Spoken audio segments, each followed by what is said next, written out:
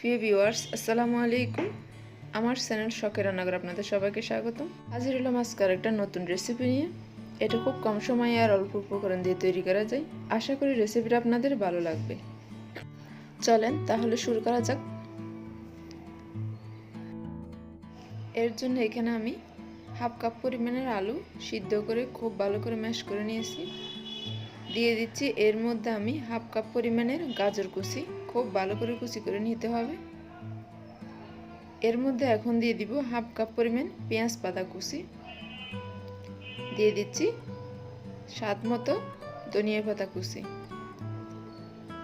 দিয়ে দিচ্ছি 2 চা চামচ পরিমাণ ময়দা আর 2 চা চামচ পরিমাণ কর্নফ্লাওয়ার। আপনারা ইচ্ছে হলে কর্নফ্লাওয়ার না দিয়ে চাউলের গুঁড়াও দিতে পারেন। এখন আমি এর মধ্যে দিয়ে দিচ্ছি হাফ চা চামচ পরিমাণ চটপটির মশলা। ইচ্ছে হলে এটা আপনারা বাদ দিতে পারেন। এর মধ্যে এখন দিয়ে দিব 1 চা চামচ পরিমাণ জিরা ও ধনিয়া গুঁড়া, 1 চা চামচ পরিমাণে লাল মরিচের গুঁড়া,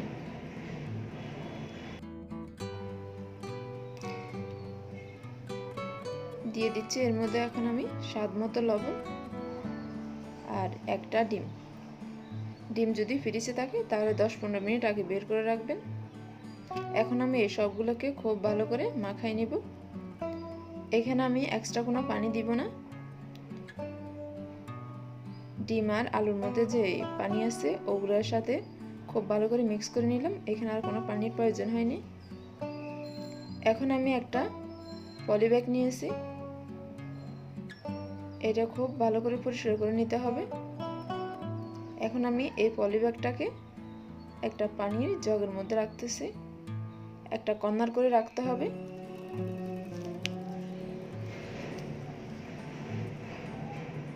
এরপর আমি যে আলুর মিশ্রণটা তৈরি করছিলাম ওর থেকে অর্ধেক এই পলি ব্যাগের এক কর্নারে নিয়ে নিচ্ছি।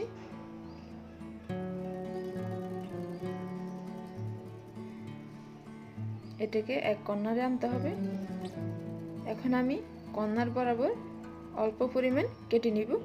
এটা খুব বেশি বড় করে কাটা যাবে না, অল্প পরিমাণ করে কেটে নিতে হবে। আপনারা খেয়াল করলে বুঝতে পারবেন।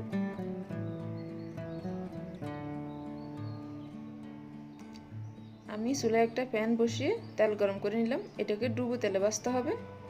এখন আমি অল্প অল্প করে তেলের মধ্যে এভাবে দিয়ে এটাকে ভেজে নিব।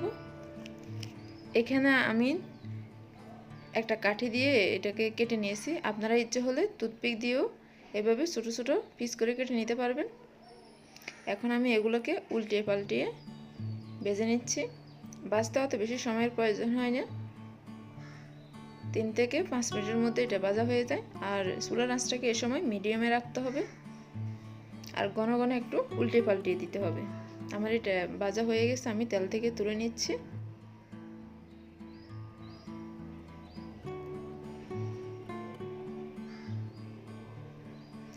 আমি সেম প্রসেসে সবগুলোকে ভেজে নিচ্ছি।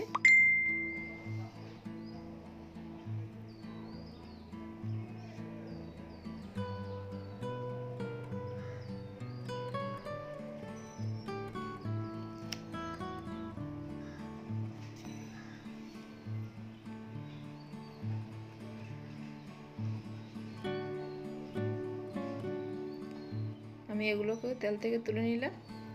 আমি আপনাদেরকে একটা ভেঙে দেখাচ্ছি। এটা খেতে সত্যি অসাধারণ, আপনারা একবার হলে ট্রাই করে দেখবেন। আর আমার রেসিপি যদি আপনাদের ভালো লেগে থাকে তাহলে অবশ্যই লাইক কমেন্ট শেয়ার করবেন আর পরবর্তী ভিডিওর জন্য অবশ্যই চ্যানেলকে সাবস্ক্রাইব করবেন। আপনাদের সবাইকে অসংখ্য ধন্যবাদ। আল্লাহ হাফেজ।